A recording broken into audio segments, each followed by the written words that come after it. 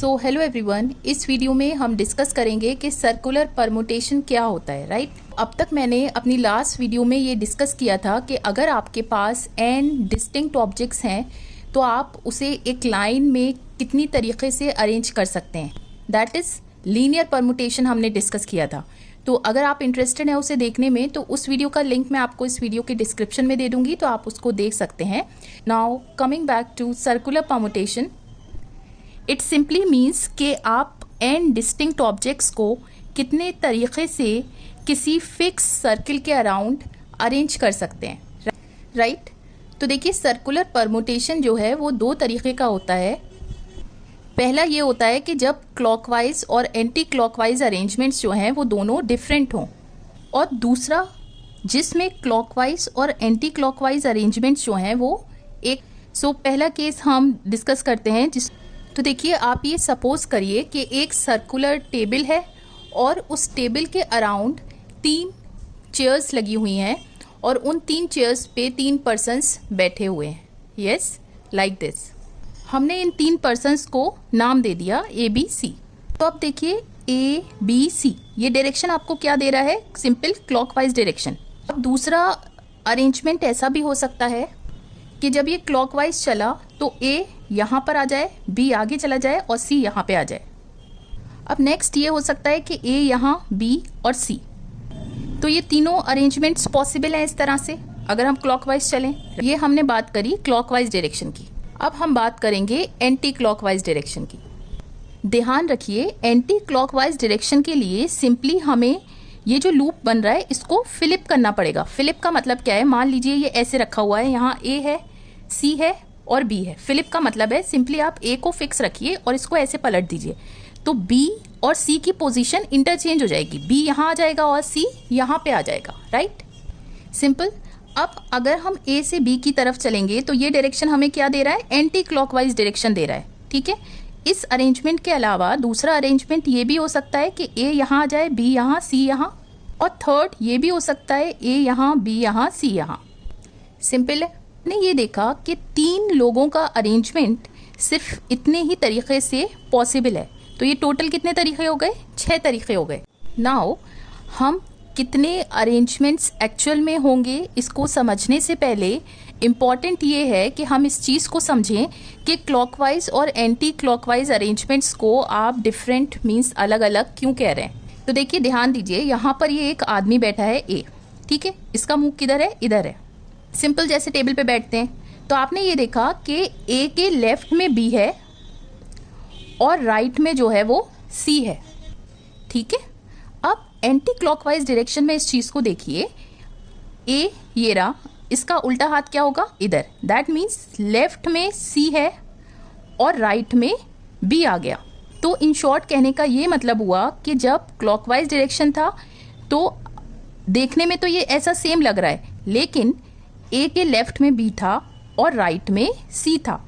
जैसे ही हमने फ्लिप करा मीन्स एंटी क्लॉकवाइज डायरेक्शन हम चले तो A के राइट में B आ गया और लेफ्ट में C आ गया। तो लोग जो हैं वो लेफ्ट और राइट में अलग अलग हो गए, इसलिए हमने कह दिया कि क्लॉकवाइज और एंटी क्लॉकवाइज अरेंजमेंट्स डिफरेंट है। आई होप कि इतना आपको क्लियर होगा। आगे देखते हैं।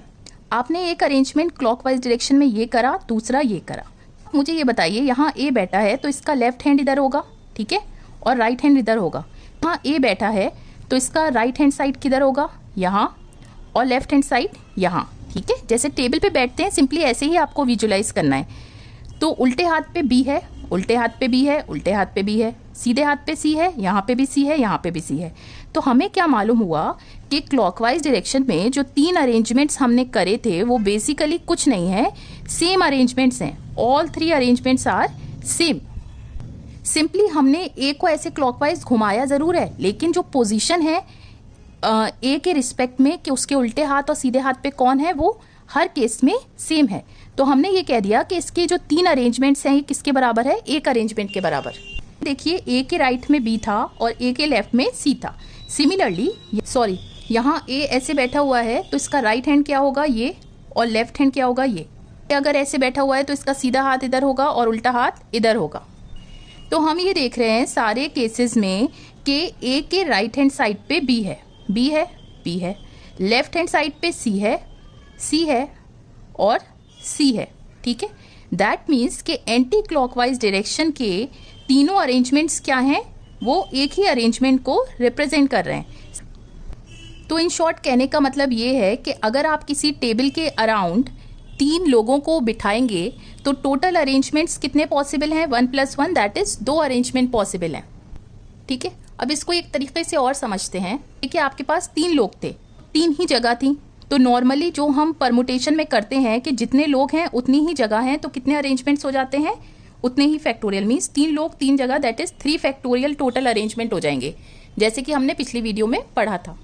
लेकिन हमने यहाँ सर्कुलर परमुटेशन में ये देखा कि 3 लोग थे तो 3 अरेंजमेंट एक अरेंजमेंट को रिप्रेजेंट कर रहे हैं। That means in total arrangement का आप 1/3 कर दीजिए, दैट इज 2 फैक्टोरियल। तो 2 फैक्टोरियल क्या होता है, 2 ही होता है। इस तरह से भी आपको आंसर मिल गया। मान लीजिए सर्किल के अराउंड अगर 4 लोग बैठे होते तब क्या होता, वहाँ पे 3 अरेंजमेंट्स एक अरेंजमेंट को रिप्रेजेंट कर रहे थे, वहाँ पर 4 अरेंजमेंट एक अरेंजमेंट को रिप्रेजेंट करेंगे। तो सिंपली क्या हो जाएगा, 4 लोग थे 4 जगह, टोटल इतने अरेंजमेंट और 1/4 से मल्टीप्लाई कर दिया, दिस इज 1/4 3 फैक्टोरियल। पे 3 लोग थे और यहाँ पे 4 लोग थे।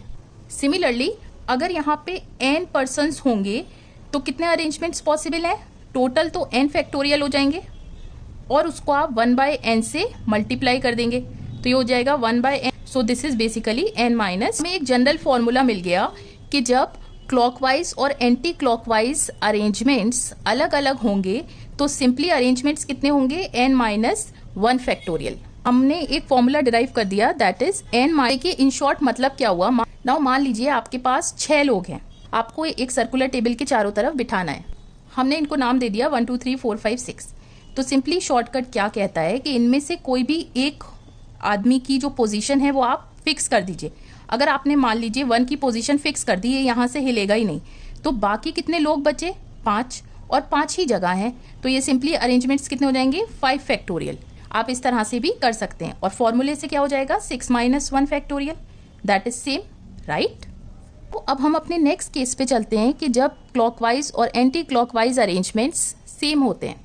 तो देखिए जानते हैं कि ऐसा किस केस में पॉसिबल होगा। मान लीजिए आप एक नेकलेस ले लेते हैं, कह देते हैं कि इसमें 4 बीट्स हैं और बीट्स को नाम दे देते हैं B1 B2 B3 and B4 like this, ठीक है। सबसे पहले हम क्लॉकवाइज डायरेक्शन चलते हैं लाइक दिस। तो सबसे पहले हमें B1 मिला, फिर B2। अब हम एंटी क्लॉकवाइज अरेंजमेंट की बात करते हैं।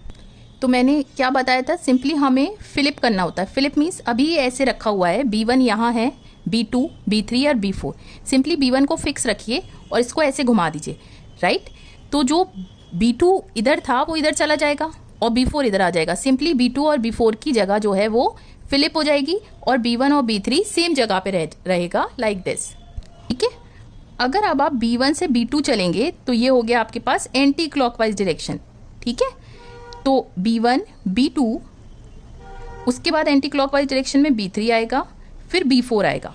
तो हमने ये देखा कि क्लॉकवाइज और एंटी क्लॉकवाइज डायरेक्शन में हमें सेम अरेंजमेंट्स मिल रहे हैं।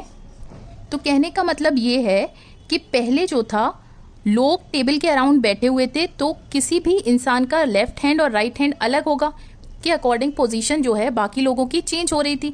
लेकिन यहाँ पे ये सिंपली क्या है, मोती है नेकलेस के, तो पोजीशन चेंज नहीं हो रही, चाहे वो मोती इधर आ जाए या इधर आ जाए, सेम है। अरेंजमेंट तो सर्कुलर अरेंजमेंट ही है। तो हमने पढ़ा था ये कितने अरेंजमेंट्स होते हैं, n-1 फैक्टोरियल, राइट। लेकिन यहाँ पे ये जो टोटल अरेंजमेंट्स होंगे इसमें क्लॉकवाइज भी होंगे और एंटी क्लॉकवाइज भी होंगे। तो लेकिन क्लॉकवाइज और एंटी क्लॉकवाइज सेम है, दैट मीन्स कि ये सिंपली इस अरेंजमेंट्स का आप हाफ कर दीजिए। दूसरा एग्जाम्पल आप ले सकते हैं की रिंग, राइट। उसमें भी सेम इसी तरह से आप देख सकते हैं कि जब आप फिलिप करेंगे तो अरेंजमेंट्स चेंज नहीं होंगे, क्योंकि जो की है, जो चाबी है, उसका लेफ्ट हैंड राइट हैंड नहीं होता। तो इसमें भी यही अरेंजमेंट्स होंगे। क्या फॉर्मूला ड्राइव हुआ, सिंपली है ये अरेंजमेंट सेम किसके केस में होते हैं, सिंपली नेकलेस और की रिंग के केस में। So that's it for this video. मैं जो भी क्वेश्चंस सर्कुलर परम्यूटेशन पे बेस्ड कराऊंगी उन सभी क्वेश्चंस का लिंक मैं आपको डिस्क्रिप्शन में दे दूंगी, तो आप वहां से उसको देख सकते हैं। I really hope you like this video, and even if you don't or you have any doubt related to this video, please let me know in the comment section. I will surely respond your query. But in both the cases, don't forget to like, share and subscribe to my channel to stay in touch with more such upcoming videos. Till then, take care, stay safe.